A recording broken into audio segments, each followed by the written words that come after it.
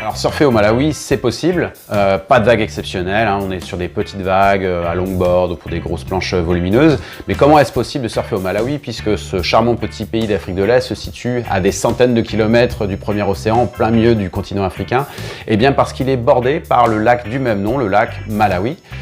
C'est le troisième plus grand lac d'Afrique et imaginez, hein, du nord au sud, il fait 580 km de long et il est entouré donc par trois pays, par le Mozambique, la Tanzanie et bien sûr par le Malawi. Et c'est sûrement ce pays qui est le mieux placé pour capter les petites houles qui se forment parfois l'été entre le mois de mai-juin et le mois de septembre. On a des vents d'est et des vents de sud qui créent une petite houle. En 2023, j'ai exploré la partie nord de ce lac, aux alentours de Chilumba et Sangilo, où j'ai eu quelques petites vagues. Et ensuite, plus à l'ouest, aux alentours de Kandé. C'est un village avec une grande plage, une embouchure de rivière et quelques îlots rocheux, un endroit très sympa. Et c'est à Kandé que j'ai rencontré Nathan Banda, un jeune villageois, qui en me voyant surfer a voulu apprendre. Donc je l'ai initié au surf, je lui ai laissé une planche.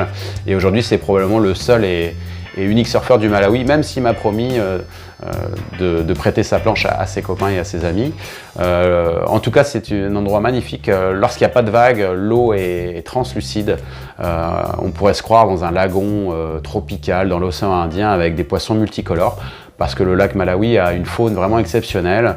C'est la plus grande concentration de poissons d'eau douce et le lieu est vraiment magique.